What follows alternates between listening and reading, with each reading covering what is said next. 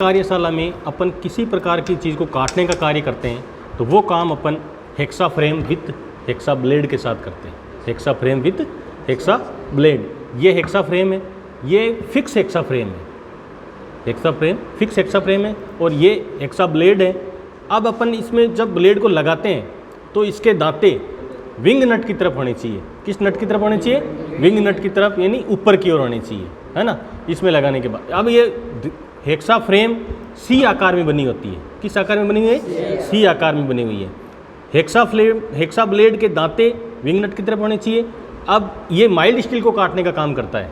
किस काम? दांतों को काटने का काम करता है माइल्ड स्टील को। अपने जो जॉब बनते हैं ये माइल्ड स्टील के जॉब बने होते हैं। माइल्ड स्टील, अभी मैंने फुल फॉर्म बताई थी आपको, mild steel.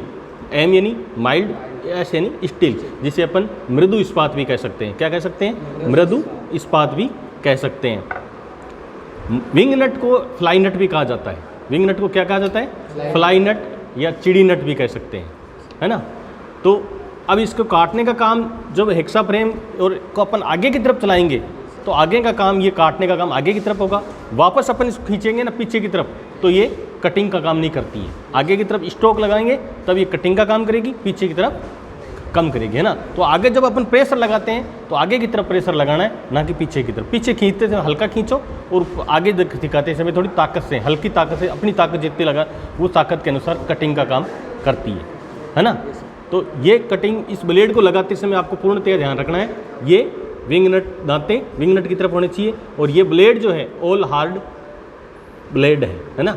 All hard hexa blade है। ये हल्की सी फ्लेक्सिबल है। ये हल्की सी, जितनी ज़्यादा अपन इसको मोड़ नहीं सकते हैं, ज़्यादा मोड़ने से तो ये टूट जाएगी, है ना।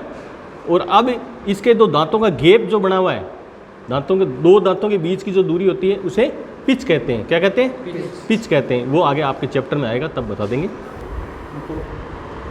ये हेक्सा फ्रेम है जो सी आकार में बनी होती है ना, सी आकार में बनी होती है।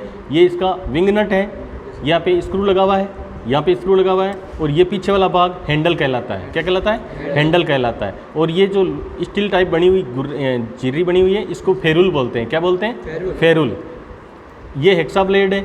हेक्सा ब्लेड के पहला वाला इस होल है वो इस नट में और दूसरा वाला इस नट में। और हेक्सा ब्लेड को इसमें लगाते समय इसके दांते विंग नट की तरफ होने चाहिए। आगे समझ में? ओके।